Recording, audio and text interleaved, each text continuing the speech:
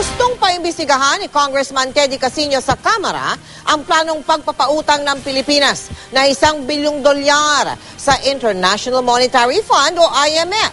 Pero depensa ng ilang senador, naaayon naman daw ito sa konstitusyon at makikinabang ang Pilipinas dito. Nakatutok si Claire Delfin. Gustong paimbestigahan sa Kamara ni Bayan Muna Party List Representative Teddy Casino ang pledge ng Bangko Sentral ng Pilipinas o BSP na magpautang ng $1 bilyong sa International Monetary Fund o IMF para naman ipahiram sa mga bansang apektado sa European economic crisis. Ang desisyong ito raw ng BSP, ipinakita ng gobyerno na mas pinapaboran ang IMF kesa sa mga kababayang nagugutom. At bakit daw tayo magpapautang gayong sadlak din naman ang Pilipinas sa utang? Nakapagtala nga raw tayo ng all-time high na kabuang utang na $62.9 billion.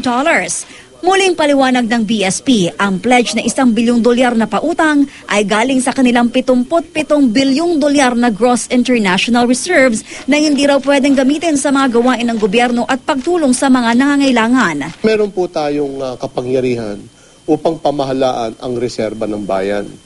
At ito ay pinamamahalaan natin, hindi natin ito po pwedeng ipautang sa gobyerno, hindi natin ito pwedeng ipautang sa mga mahihirap, kasi oras namang nangailangan mismo ang ating ekonomiya ng reserba, ng foreign exchange. Wala tayong mapagkukunan kung ipinautang natin ito. Nakahanap ng kakampi ang BSP kay Senator Miriam Defensor Santiago. Giit ng senadora, naaayon sa konstitusyon ang hakbang ng BSP na magpautang ng ganito kalaking pera sa IMF. Wala raw siyang nakikitang legal na balakid sa pagpapatupad ng desisyong ito.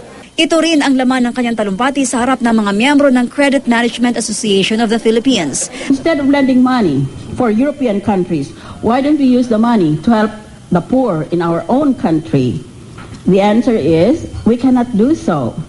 Under the new Central Bank Act, the Bangko Sentral ng Pilipinas is mandated to maintain international reserves. Kaya si dating Budget Secretary Benjamin Diokno gusto nang maamyandahan ang BSP Charter. Halimbawa, ang gobyerno natin ay willing na magbayad sa Central Bank ng 3% dahil sa ngayon nangungutang siya 5%, di panalo yung gobyerno, panalo ang Bangko Sentral.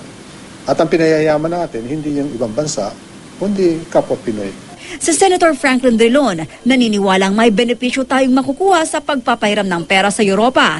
Isa sa pinakamalaking export market natin at pinanggalingan ng $3.5 million na taunang remittances ng OFWs. If the European economy will collapse, you would have these overseas Filipino workers losing their jobs.